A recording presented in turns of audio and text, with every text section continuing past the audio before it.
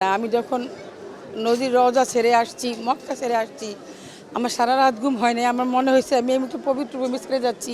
এই জীবনে ফিরে আসবো কি আসবো না আমি জানি না। লাখ লাখ মুসল্লির সাথে আল্লাহর ঘর দর্শন ও হজ পালনের অভিজ্ঞতা বর্ণনা করতে গিয়ে আবেগ ধরে রাখতে পারলেন না এই হাজি। এটা আসলে অভিজ্ঞতা মানুষকে বর্ণনা করার মতো না। তিনি সহ 419 জন হাজি ফিরতি ফ্লাইটের প্রথম দিন দেশে ফিরেছেন। সকাল 11:15টায় হজরত শাহজালাল আন্তর্জাতিক বিমানবন্দরে পৌঁছায় সৌদি এয়ারলাইন্সের ফ্লাইটটি। দীর্ঘ 1 মাস পর হজের সব আনুষ্ঠানিকতা শেষে দেশে ফেরায় হাজিদের চোখে মুখে প্রশান্তি আর সন্তুষ্টির ছাপ। মক্কা, মদিনা, মিনা, আরাফা আমরা মোটামুটি সব জায়গায় ভালো অবস্থায় ছিলাম।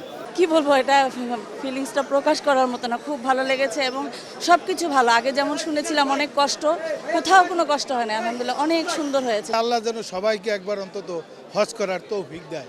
এবার হজে সৌদি কর্তৃপক্ষের ব্যবস্থাপনার প্রশংসা করলেন হাজিরা। জানান বিগত বছরগুলোর তুলনায় এবার ভোগান্তি অনেকটাই কম ছিল। আমরা সম্মানিত হয়েছি, ইভেন ফ্যাসিলিটিসের দিক থেকেও অন্যান্য কান্ট্রির লোকজনদের সাথে আমাদের যখন ইন্টারাকশন হয়েছে, তো তখন তাদের মানে অ্যাটিটিউড বা আমাদের প্রতি মানে যে আমি ভালোবাসাটা লক্ষ্য করছি, এটা আসলে মানে অকল্পনীয়। তাদের ম্যানেজমেন্টটা খুব সুন্দর, পূর্ববর্তী বছরের চেয়ে এবার খুব আপডেট।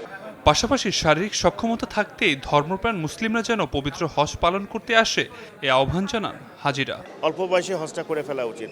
অন্তত বাংলাদেশ হাজিদের অ্যাভারেজ বয়স 55-60 প্লাস। তো অন্যান্য দেশে দেখা যায় যে ইয়াং এজে হজটা করে। প্রথম দিনে মোট 13টি ফিরতি ফ্লাইটে 5,434 জন হাজি দেশে ফিরবেন। আগামী 1 জুলাই শেষ হবে ফিরতি ফ্লাইটের কার্যক্রম।